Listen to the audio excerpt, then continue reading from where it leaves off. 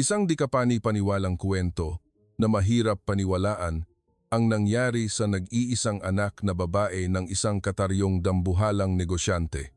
Lumaki sa labis na kayamanan at luho, isang bata na nakukuha ang lahat ng naisin at magagawa ang lahat ng gustuhin.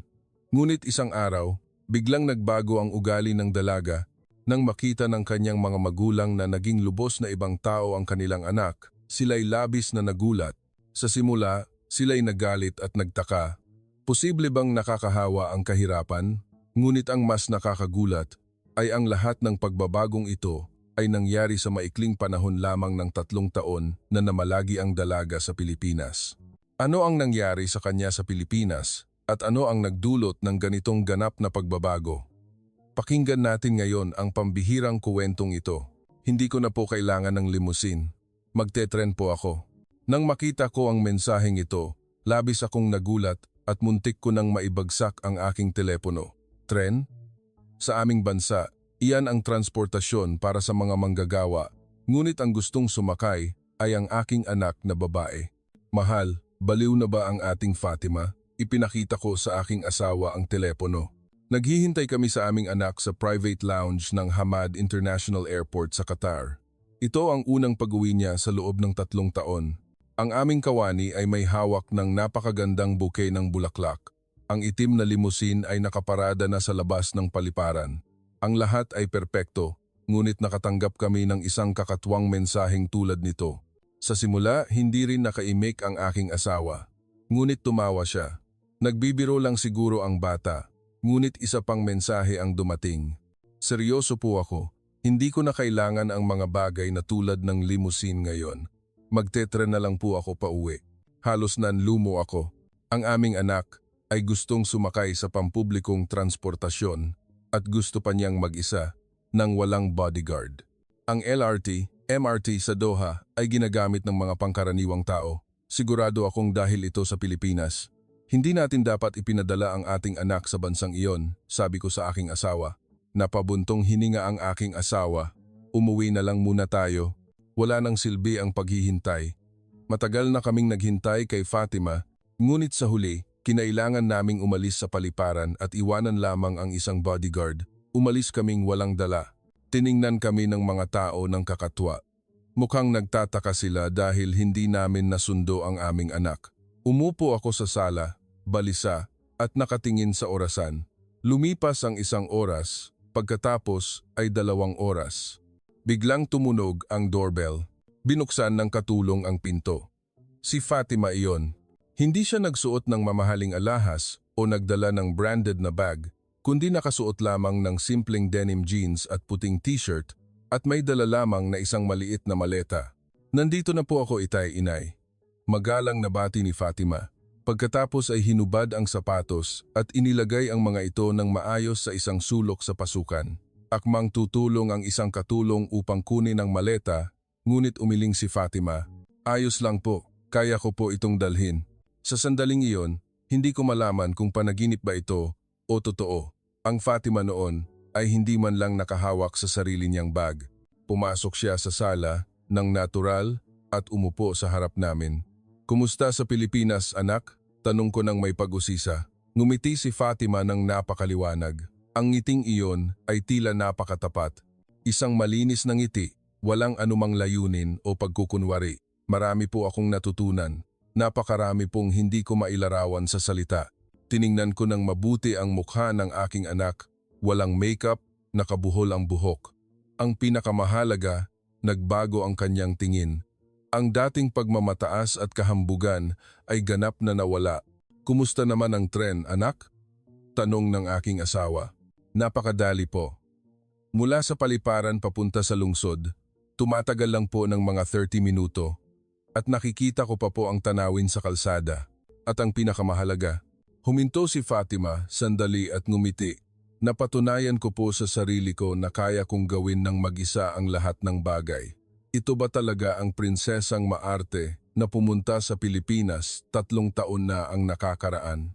Hindi ako nakatulog ng gabing iyon dahil nagtataka ako kung paano nagbago si Fatima. Naalala ko pa ang araw na nagdesisyon siyang pumunta sa Pilipinas. Hayaan akong magsimula doon. Si Fatima ay isang tunay na socialite ng upper class ng Qatar. Mula nang ipanganak, siya ay tinrato ng espesyal, lumaki na palaging may nakapaligid na mga katulong at tagapaglingkod. Ang bawat kahilingan niya ay agad na tinutugunan. Ako mismo ay lumaki sa ganitong kapaligiran, kaya pakiramdam ko ay normal ito. Natuto si Fatima na huwag tumingin ng diretso sa mata ng iba mula pa noong bata. Kapag nakikipag-usap sa mga katulong, karaniwan niyang itinatataas ng bahagya ang kanyang baba, tumitingin sa malayo at gumagamit ng utos sa halip na direktang makipag-usap. Hindi siya magsasalita, pakiabot po ako ng isang basong tubig, kundi sasabihin lang, tubig, at agad na may magdadala ng tubig. Ang ganitong paraan ng pakikipag-ugnayan ay pang-araw-araw na nangyayari sa aming bahay. Isang araw, naging fan si Fatima ng isang P-pop idol, singer na nagngangalang Marco Reyes. Sa tuwing pumapasok ako sa kanyang kuwarto, tanging musika lang ni Marco Reyes ang maririnig. Matapos punuin ng poster ang mga dingding, nagpahayag siya na mag-aaral siya ng Filipino. Sa simula, inakala ko lang na isa itong panandaliang hobby ng isang teenager, ngunit nagbago ang sitwasyon. Iyon ang araw ng 16 na kaarawan ni Fatima. Inupahan namin ang pinakamagarang hotel, nagdaos ng isang engrandeng party, nag-imbita ng mga kaibigan, kamag-anak, at maging ilang miyembro ng pamilya ng hari. Ang lahat ay perpekto. Habang masigla ang party, lumapit si Fatima at bumulong sa aking tainga. Inay, pwede po ba ninyong imbitahan si Marco Reyes dito? Kaarawan ko po, di ba? Nang marinig iyon, natigilan ako. Mag-iimbita ng isang top na mang-aawit sa bansa na parang nag-order lang ng pizza na i-deliver? Fatima, hindi iyan posible. Siya ay napakaabala. Agad na nagbago ang mukha ni Fatima. Bakit hindi po? Problema ba ang pera? Sabihan niyo lang po si Itay na bayaran sila, di ba? Sa sandaling iyon, hindi ako nakaimik. Nagulat ako at napagtanto ko kung paano tinitingnan ng aking anak ang mundo. Sa paningin ni Fatima, lahat ng bagay ay malulutas sa pamamagitan ng pera at lahat ng tao ay kayang upahan gamit ang pera. Nang gabing iyon, pagkatapos ng party, seryoso kaming nag-usap ng aking asawa. Nakikita mo ba kung paano makitungo ang ating anak sa iba? Ang kanyang pag-uugali ay tila ipinanganak ang lahat para pagsilbihan siya. Tahimik na tumingin sa labas ng bintana ang aking asawa ng matagal, pagkatapos ay dahan-dahang nagsalita. Naaalala mo pa ba ang taong nakilala ko noong nagbiyahe ako sa Maynila? Ang chairman ng corporation na iyon ay kumain sa common canteen kasama ang mga empleyado at kinuha niya ang sarili niyang baso para kumuha ng inuming tubig. At ang pinaka-nakakagulat, huminto sandali ang aking asawa. Ang kanyang anak ay sumasakay sa LRT, MRT, papunta sa paaralan araw-araw. Nang gabing iyon, nagdesisyon kaming ipadala si Fatima sa Pilipinas para mag-aral. Ang layunin ay hindi para sa edukasyon, kundi para matuto siyang mamuhay bilang isang normal na tao. Siyempre, umiyak at mariing tumutol si Fatima, sinabing ayaw niyang mahiwalay sa kanyang mga kaibigan, bakit kailangang ipadala ako ng mag-isa sa isang malayong lugar. Nang makita niyang desidido kami, ginamit niya ang kanyang huling baraha. Sa Pilipinas po, magkakaroon po ba ako ng pagkakataong makilala si Marco Reyes? Pilit kong pinigilan ang tawa at sinabi, sino ang makakaalam? Ang Metro Manila ay hindi isang maliit na lungsod, ngunit kung mapalad ka, baka makilala mo siya. At kaya, umalis si Fatima patungong Pilipinas. Pagkalipas ng 3 taon, bumalik siya bilang isang ganap na bagong tao. Ang unang ilang buwan pagkaalis ni Fatima ay napakatahimik. Sa tuwing dumadaan ako sa kanyang bakanteng kwarto, nakaramdam ako ng kirot sa puso. Ang mga tawag sa telepono ay maikli at malamig. Kapag nagtanong ako tungkol sa kanyang mga kaibigan o buhay sa paaralan, sumasagot lamang siya, mabuti po. Nagsimula akong magduda kung tama ba ang desisyon na ipadala siya sa Pilipinas. Nagdesisyon akong makipag-ugnayan sa host family sa Pilipinas. At ang tanging sagot na natanggap ko ay tahimik daw ang bata ngunit dahan-dahan nang nakikibagay ng maayos. Inaliw ako ng aking asawa na kailangan niya ng oras para makibagay. Isang araw, ang bodyguard na inupahan ko na siyempre, hindi alam ni Fatima, hiniling ko lang na obserbahan siya mula sa malayo ay nagpadala sa akin ng isang larawan. Nang makita ko ang larawan, Napahawak ako sa hininga. Sa larawan, si Fatima ay nakasuot ng uniforme ng paaralan, nakapila sa kantin ng paaralan. Nakatayo siya ng may pantay na agwat mula sa taong nasa harap niya at naghihintay ng kanyang turno ng natural. Ang pinakamahalaga, siya ay nakangiti, isang tapat na ngiti na walang anumang pagkukunwari. Sa tabi niya ay isang kaibigang Pilipino na nakikipag-usap sa kanya. Ipinakita ko ang larawan sa aking asawa. Tiningnan niya rin ito ng may pagtataka, pagkatapos ay ngumiti. Nagbabago na ang bata. Pagkatapos niyon, patuloy na nagpadala ng iba pang larawan.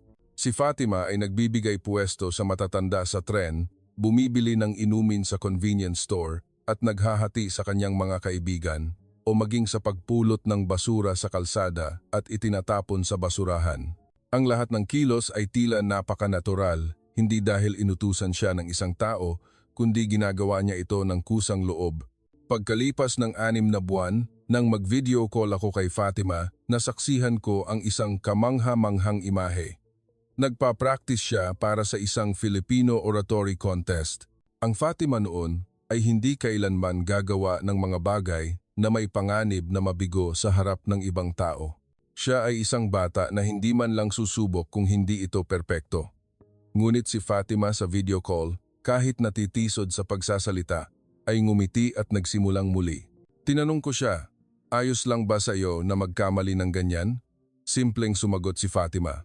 "Sa Pilipinas po, ang pagkakamali ay patunay na ako ay natututo. Walang sinuman ang nagtrato sa akin bilang isang prinsesa.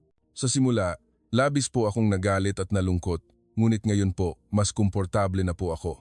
Lumipas ang panahon, 1 taon. Pagkatapos ay 2 taon. Nakikita lang namin ang aming anak sa video screen.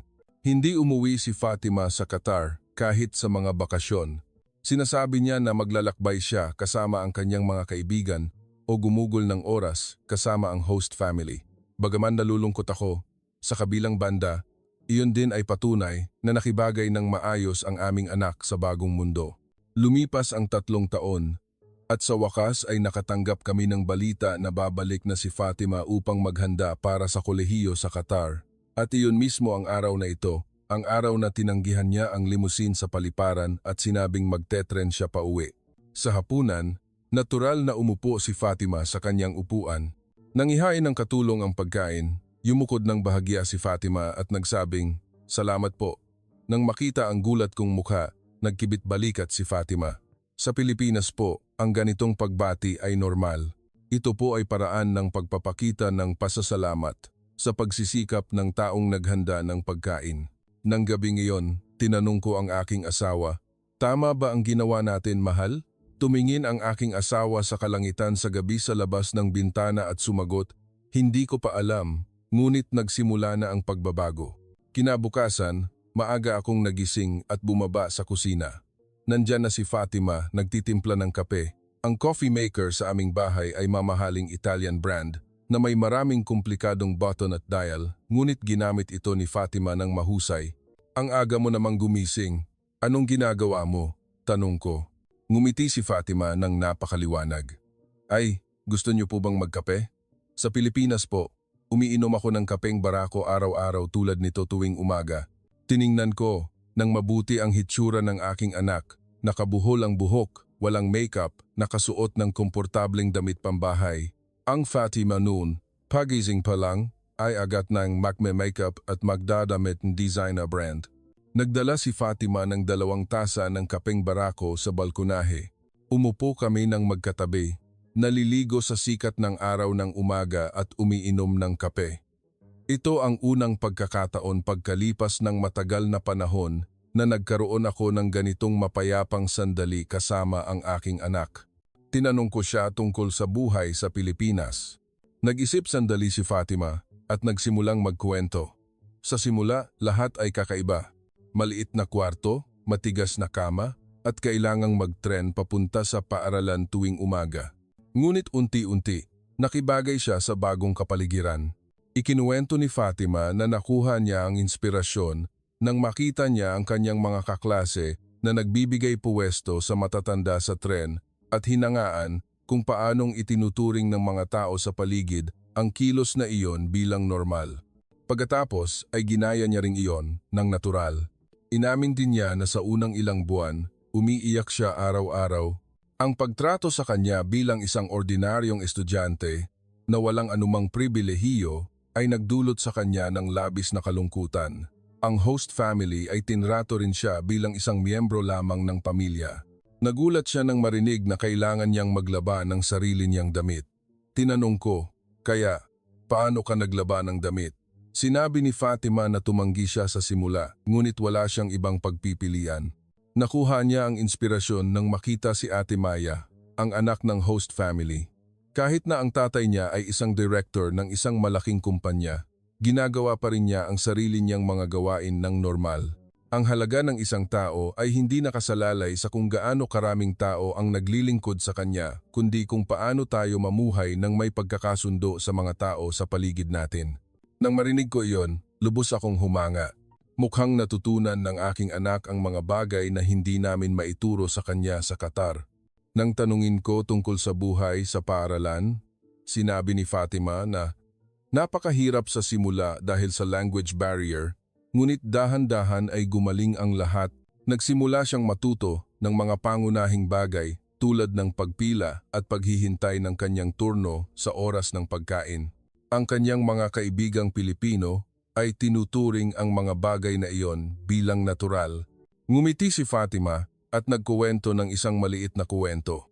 Minsan, sinabi niya sa isang kaibigang Pilipino, "Huwag mong kalilimutan kung sino ako." Isang pahayag na nagbabanta. Ang resulta ay tiningnan siya ng lahat ng kakatwa. Sinabi sa kanya ni Maya na iyon ay isang bastos na pananalita. Ang paggalang sa isa't isa ay kultura ng mga Pilipino. Napatawa rin ako. Ang Fatima noon, kung pinuna ng ganoon, ay tiyak na magagalit. Ngunit ngayon, ikinuwento niya iyon bilang isang nakakatuwang alaala. Tinanong ko kung ano ang gusto niyang gawin ngayong araw. Sinabi ni Fatima na gusto niyang maglakad sa sentro ng lungsod ng Doha. Sa Pilipinas, madalas siyang naglalakad at gusto rin niyang subukan ang paggamit ng pampublikong transportasyon. Ang aming pamilya ay palaging naglalakbay gamit ang private driver. Ang sagot na ito ay nakakagulat sa akin. Tinawag ko ang driver para ihanda ang sasakyan, ngunit umiling si Fatima. Hindi na po kailangan, gusto ko pong maglakad. Iyon po ang tunay na paraan para maramdaman ang lungsod. Sa huli, nagdesisyon akong sundin ang suhestiyon ni Fatima. Sinabi rin ng aking asawa na sasama siya. Ito ang unang pagkakataon sa loob ng 10 taon na lumabas ang aming pamilya ng walang driver. Ang umagang hangin sa Doha ay medyo mainit at maalinsangan, ngunit mukhang hindi ito iniinda ni Fatima. Sinabi niya na ang tag-init sa Pilipinas ay mainit at maalinsangan din, kaya't ang antas na ito ay kayang-kaya. Habang naglalakad sa mga kalye ng Doha, tila tinitingnan ni Fatima ang lahat ng bagay gamit ang bagong mga mata. Ang mga tindahan sa gilid ng kalsada, ang mga taong dumadaan, o maging ang mga tile sa bangketa. Paminsan-minsan, humihinto pa siya upang kumuha ng larawan. Ang hitsura na ito ay napakakaiba.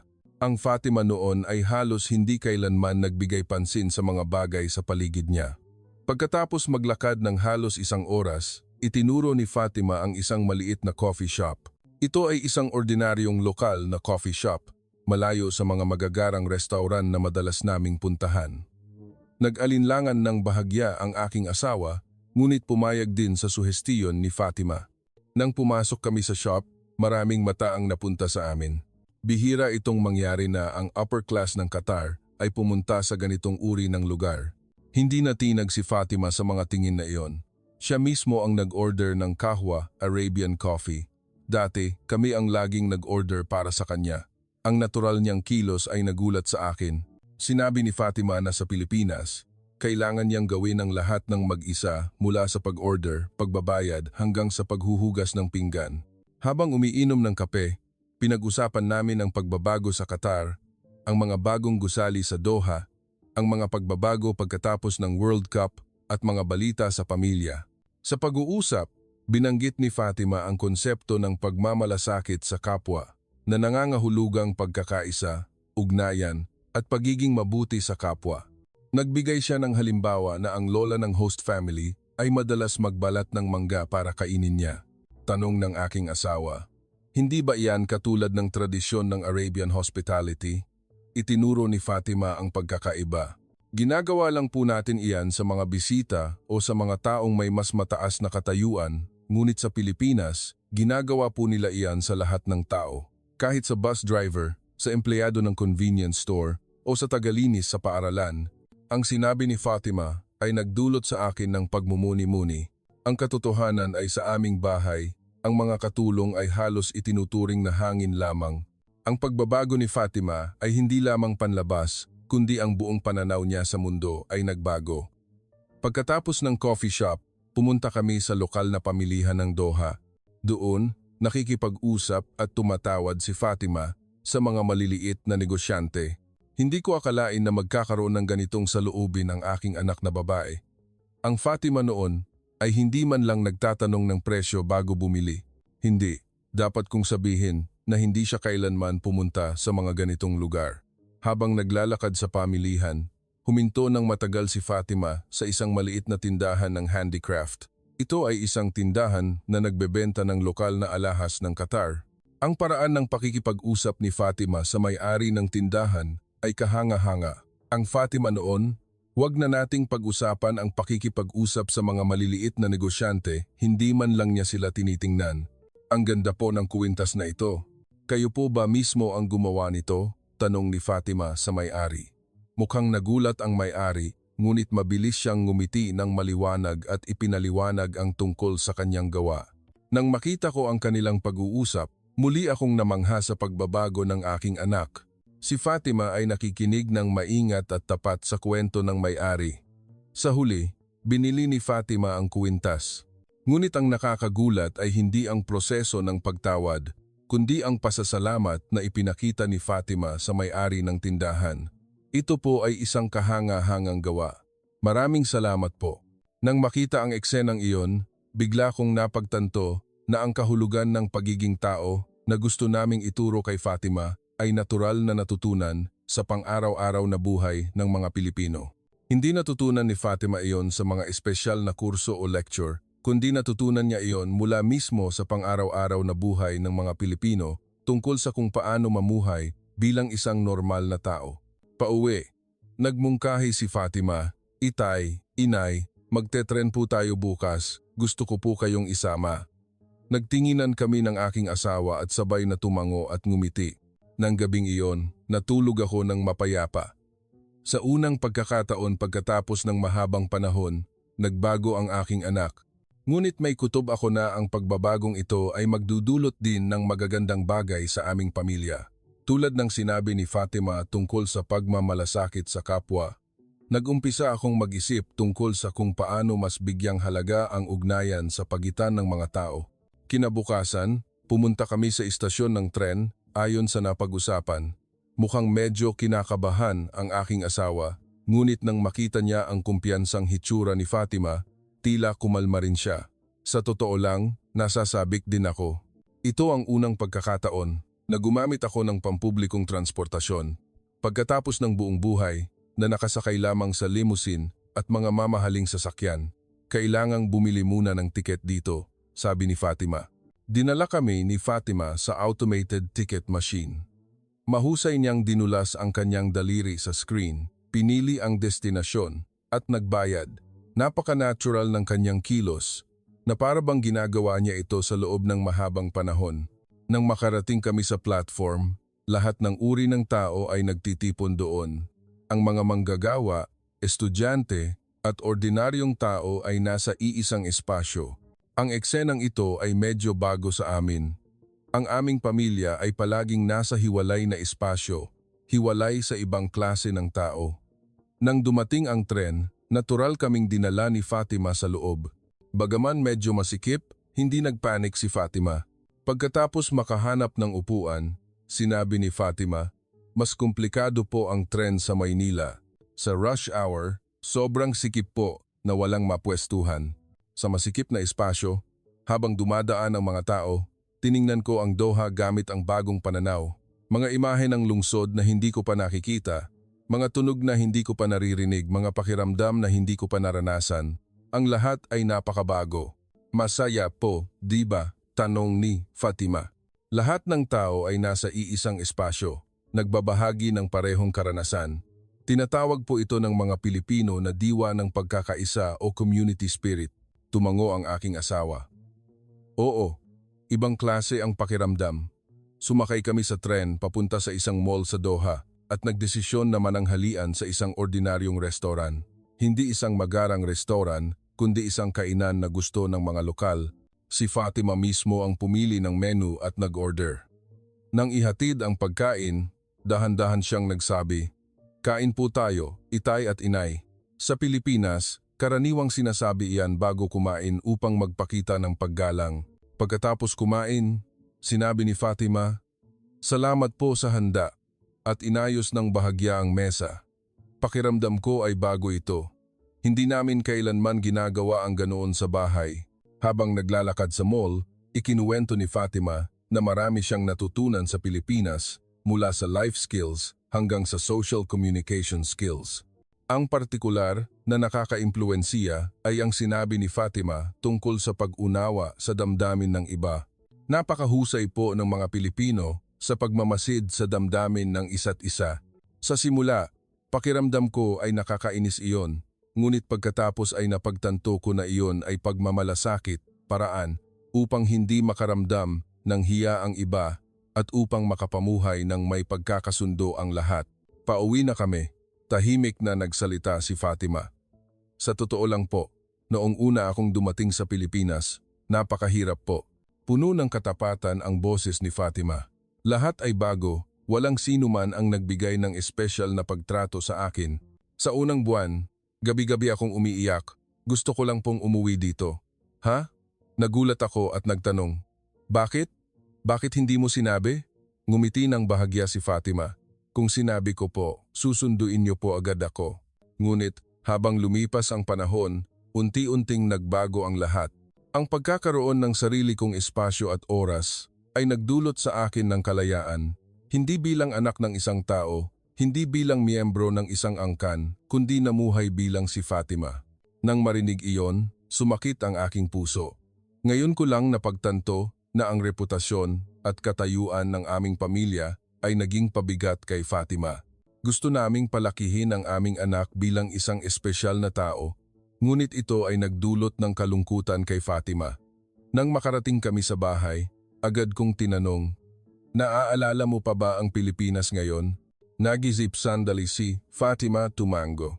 "Opo, pero sa palagay ko po, saan man ako naroon, maaari kong gamitin ang lahat ng natutunan ko." Nang gabing iyon, nag-usap kami ng malalim ng aking asawa tungkol sa kung tama ba talaga ang kapaligiran na nilikha namin para kay Fatima. Maraming pag-iisip ang dumating. Nakakagulat na iniisip din ng aking asawa ang parehong bagay. Ang natutunan ni Fatima mula sa Pilipinas ay tila hindi lamang tungkol sa kagandahang asal o kalayaan, kundi tungkol sa ugnayan sa pagitan ng mga tao, tungkol sa kung paano mamuhay ng magkasama sa isang lipunan. Sa hating gabi, pinag-usapan namin ang pagbabago ni Fatima at ang aming sariling paraan ng pamumuhay, kung paano kami nabuhay, ang saloobin namin sa mga tao sa paligid namin, at ang pinakamahalaga, ano ba talaga ang mahalaga sa ugnayan sa iba. Kinabukasan, nagbigay si Fatima ng isang nakakagulat na mungkahi. "Itay, inay, sa weekend, mag-volunteer po tayong magkasama." Sa simula, hindi ko naintindihan kung ano ang ibig sabihin niyon. Volunteer? Ang aming pamilya ay nagbigay na ng maraming donasyon, ngunit hindi kailanman direktang naglaan ng pagsisikap o oras upang lumahok sa mga gawaing volunteer. "Anong volunteer activity, anak?"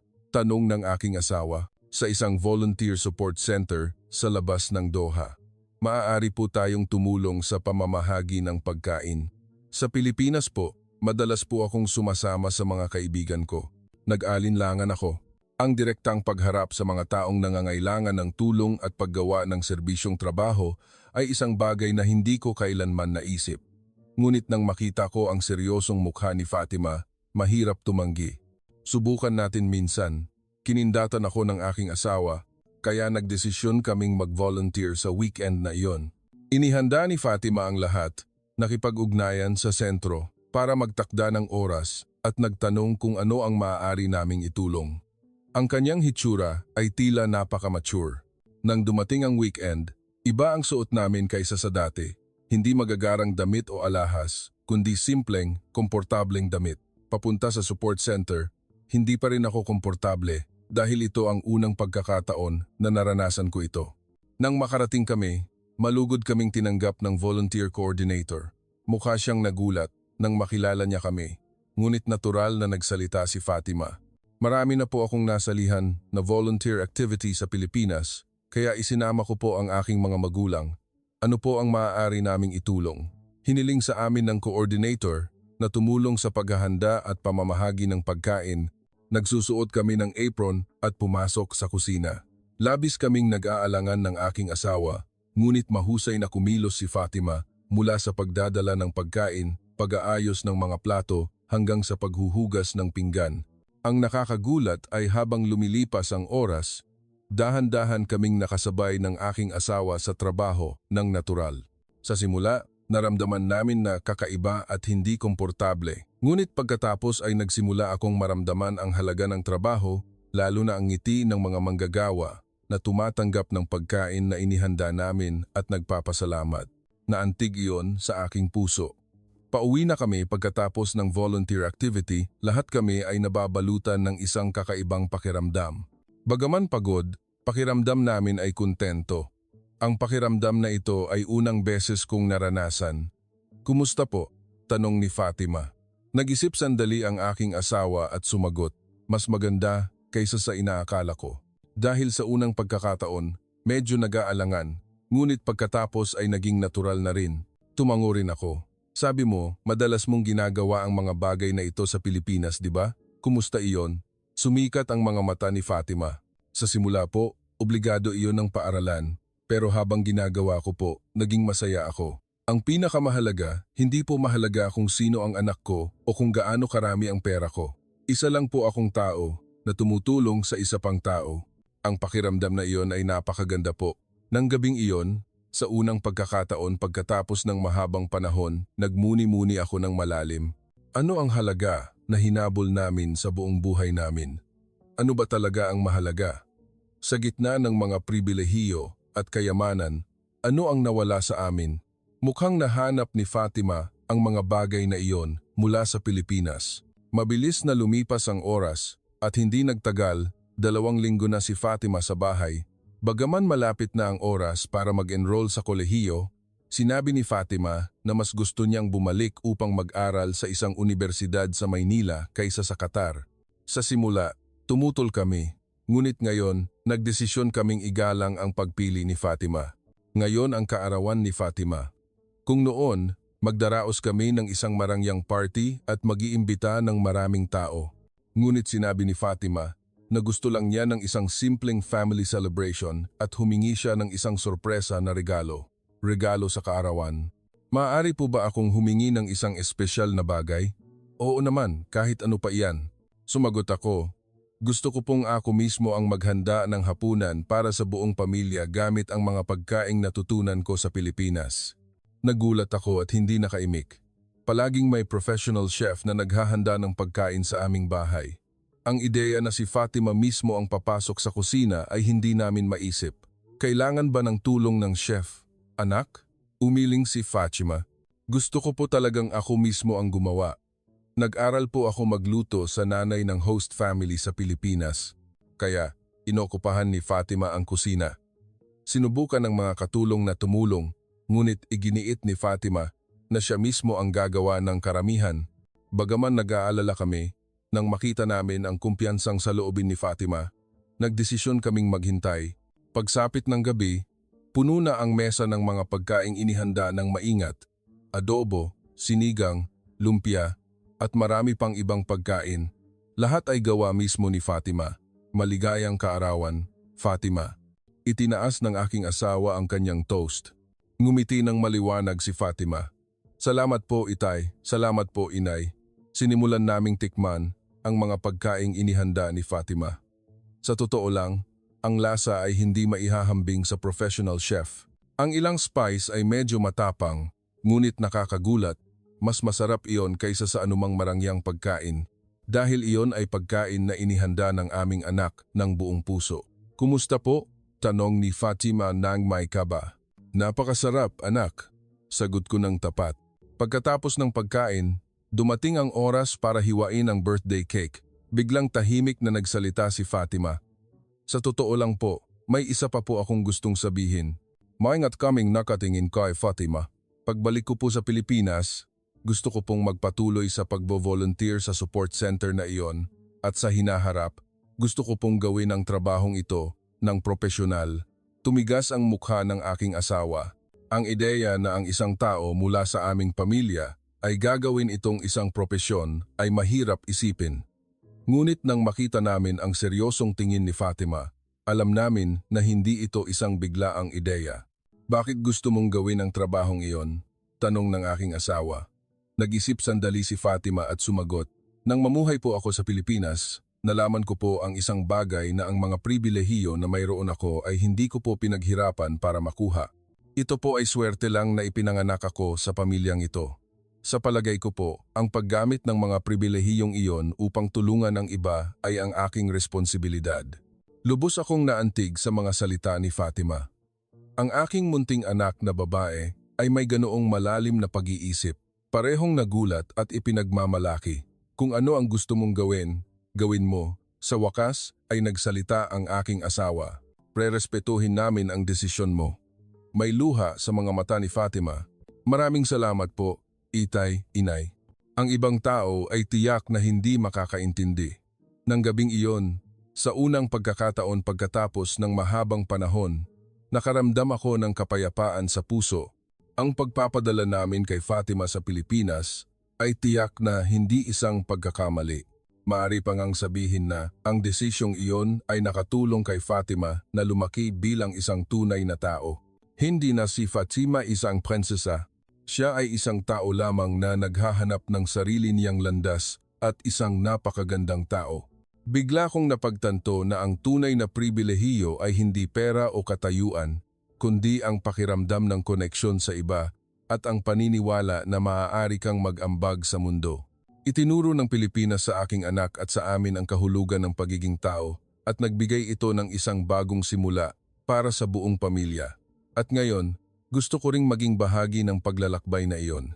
Marahil, ako mismo ay maaari ring mamuhay ng mas makatao tulad ni Fatima.